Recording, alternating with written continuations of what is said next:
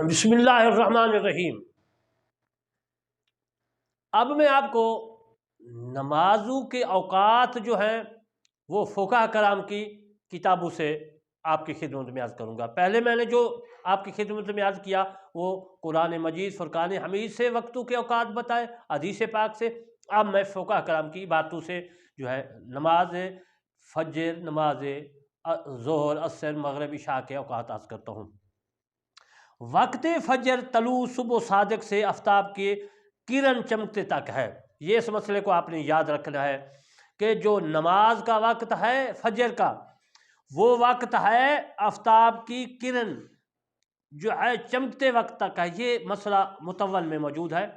صبح صادق ایک روشنی ہے کہ یورپ کی جانب سے، پورب کی جانب سے جو ہے جہاں سے آج آفتاب طلوع ہونے والا ہے، اس کے اوپر آسمان کے کنارے میں دکھائی دیتی ہے اور جو ہے بڑھتی جاتی ہے یہاں تک کہ تمام آسمان پر پھیل جاتی ہے اور زمین پر اجالا روشنی ہو جاتی ہے، اور اس سے جو ہے قبل بیچ آسمان میں ایک جو ہے دراز لمبی سفیدی زہر ہوتی ہے، جس کے نیچے سارا افق سیاہ ہوتا ہے، کالا ہوتا ہے۔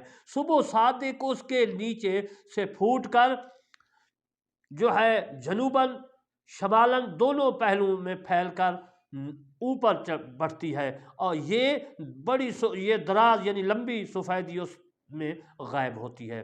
اس کو صبح کاذب کہتے ہیں، کاذب کہتے ہیں جھوٹے کو، یعنی صبح کاذب ہے، جھوٹی ہے، سچی نہیں ہے۔ اس سے فجر کا وقت نہیں ہوتا۔ یہ جو بعد نے لکھا ہے کہ صبح کاذب کی سفیدی جا کر بات کو تاریکی ہو جاتی ہے، محض غلط ہے۔ صحیح وہ ہے جو میں نے عزیزان محترم پہلے عرض کیا ہے، یعنی پہلے جو سفیدی ہوتی ہے پھر وہ اپنی اندھیرا ہو جاتا ہے، پھر دوسری جب سفیدی آتی ہے تو پھر اس کے بعد اس کو کہتے ہیں دوسری سفیدی کو، وہ صبح ہوتی ہے، اس وقت نماز کا ٹائم جو ہے شروع ہو جاتا ہے۔ اس کے بعد یہ تو میں نے آپ کو جو ہے عالمگیری کے جو مسائل تھے عالمگیری سے میں نے وہ بھی عرض کیے، اور جوہرۃ النجرہ میں بھی ہے، قدوری میں بھی ہے، اور کنز الدقائق میں بھی ہے، بحر الریق میں بھی ہے۔ مطلب کافی کتابوں میں یہ مسائل ہیں جو میں آپ کی خدمت میں عرض کر رہا ہوں، اور انشاءاللہ میں اس کے بعد بھی کتابوں کے حوالے بھی دوں گا، لیکن میں زیادہ تر مسائل عرض کروں گا۔ مختار یہ ہے کہ نماز فجر میں صبح صادق کی سفیدی چمک کر ذرا پھیلنی شروع ہو اور اس کا اعتبار کیا جائے، اور عشاء اور سحری کھانے میں اس کی ابتدا طلوع کا اعتبار ہو۔ یہ عالمگیری میں بھی موجود ہے مسئلہ۔ صبح صادق چمک سے طلوع آفتاب تک ان جو ہے بلاد میں کم از کم 1 گھنٹہ 18 منٹ ہے، اور زیادہ سے زیادہ 1 گھنٹہ 35 منٹ، اور اس سے کم ہو اس سے زیادہ 21 مارچ کو 1 گھنٹہ 18 منٹ ہوتا ہے، پھر بڑھتا رہتا ہے یہاں تک کہ 22 جون کو پورا 1 گھنٹہ 35 منٹ ہو جاتا ہے، پھر گھٹنا شروع ہو جاتا ہے یہاں تک کہ 22 ستمبر کو 1 گھنٹہ 18 منٹ ہو جاتا ہے، پھر بڑھتا ہے یہاں تک کہ جو ہے 22 دسمبر کو 1 گھنٹہ 24 منٹ ہوتا ہے، پھر کم ہوتا رہتا ہے یہاں تک کہ 21 مارچ کو وہی 1 گھنٹہ 18 منٹ ہو جاتا ہے۔ اس مسئلے کو میں نے رپیٹ کیا تاکہ آپ کو سمجھ آ جائے۔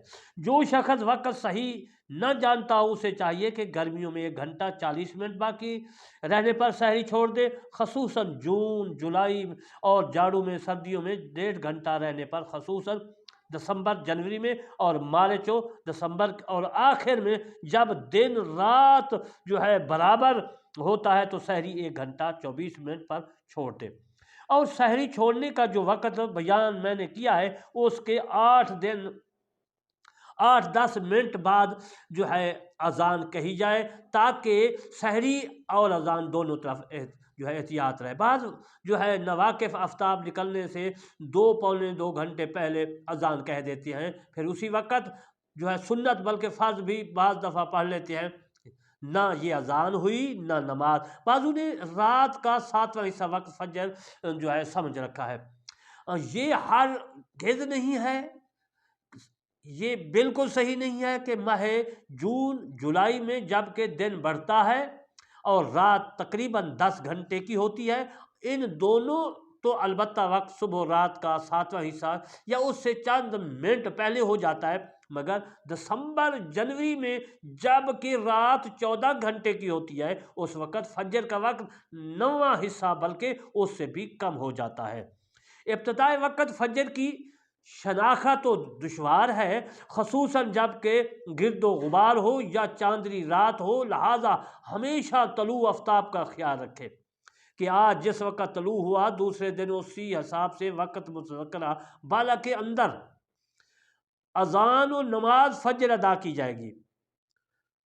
عزیز محترم، یہ فتاوی رضویہ میں بھی موجود ہے اور باقی کتابوں میں بھی ہے۔ وقت ظہر جمعہ آفتاب ڈھلنے سے اس وقت تک ہے کہ ہر چیز کا سایہ علاوہ سایہ اصل کے وہ 2 چند ہو جائے۔ یہ متول میں موجود ہے۔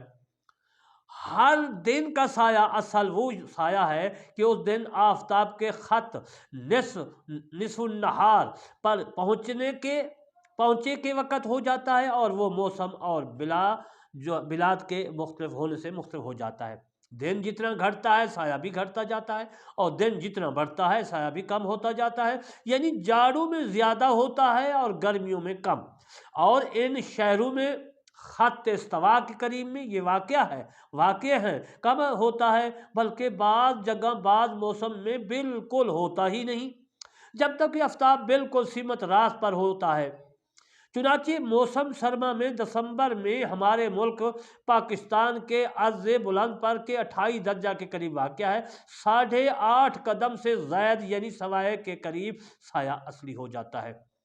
اور مکہ معظمہ میں جو 21 درجہ پر واقع ہے ان دونوں میں 7 قدم سے کچھ ہی زائد ہوتا ہے، اس سے زائد پھر نہیں ہوتا۔ اسی طرح موسم گرما میں مکہ معظمہ میں 27 مئی سے 30 مئی تک دوپہر کے وقت بالکل سایہ نہیں ہوتا، یہ اس کے بعد پھر وہ سایہ الٹا ظاہر ہوتا ہے، یعنی سایہ جو شمال کو پڑتا تھا اب کے مکہ معظمہ میں جنوب کو ہوتا ہے، اور 22 جون تک پاؤں قدم تک پڑھ کر پھر گھٹنا ہے، یہاں تک کہ چند رہ جولائی سے یعنی کہ 15 جولائی سے 18 جولائی تک پھر معدوم ہو جاتا ہے، اس کے بعد پھر شمال کی طرف ظاہر ہوتا ہے۔ اور ہمارے ملک میں نہ کبھی جنوب میں پڑتا ہے نہ کبھی معدوم ہوتا ہے، بلکہ سب سے کم سایہ 22 جون کو نصف قدم باقی رہتا ہے۔ یہ فتاوی رضویہ میں موجود ہے۔ آفتاب ڈھلنے کی پہچان یہ ہے کہ برابر زمین میں ہموار لکڑی اس طرح سیدھی نصب کرے کہ مشرق یا مغرب کو اصلاً نہ جھکی ہو۔ آفتاب جتنا بلند ہوتا جائے گا اس لکڑی کا سایہ کم ہوتا جائے گا، جب کم ہونا موقوف ہو جائے تو اس وقت خط نصف النہار پر پہنچا اور اس وقت کا سایہ اصل ہے، اس کے بعد بڑھنا شروع ہوگا، اور یہ دلیل ہے کہ خط نصف النہار متجاوز ہوا، اب ظہر کا وقت ہوا۔ یہ ایک تخمینہ ہے، اس لیے کہ سایہ کا کم و پیش ہونا خصوصاً موسم گرما میں جلد متمیز نہیں ہوتا۔ اس وجہ سے بہتر طریقہ خطف النہار کا ہے کہ ہموار زمین پر نہایت صحیح کپاس سے سوئی کی سیدھی پر خط نصف النہار کھینچ دے، اور ان ملکوں میں اس خط کی جنوبی کنارے پر کوئی مخروط شکل کی نہایت باریک نوکدار لکڑی خوب سیدھی نصب کرے کہ شرق یا غرب کی طرف اصلاً نہ جھکی ہو، وہ خط نصف النہار اس کے قاعدے کے عین وسط میں ہو، جب اس کی نوک کا سایہ اس خط پر منطبق ہو۔ ٹھیک دوپہر ہو گیا جب بال برابر پورب کو جھکے تو بہر ڈھل گیا، زور کا وقت ہو گیا۔ یہ میں نے آپ کو زور کے وقت کے متعلق مسئلہ عرض کیا۔ انشاءاللہ پھر میں آپ کو وقت عصر کے متعلق عرض کروں گا، اور ان کے علاوہ میں عصر مغرب عشاء کے اوقات بھی بتاؤں گا۔ تو میں آپ کو کرمانی ٹی وی اور کرمانی ٹی وی 3 کی ان کو سبسکرائب لائک کمنٹ کریں، تاکہ آپ کو بھی ثواب مجھے بھی ثواب، وما علینا الا البلاغ المبین۔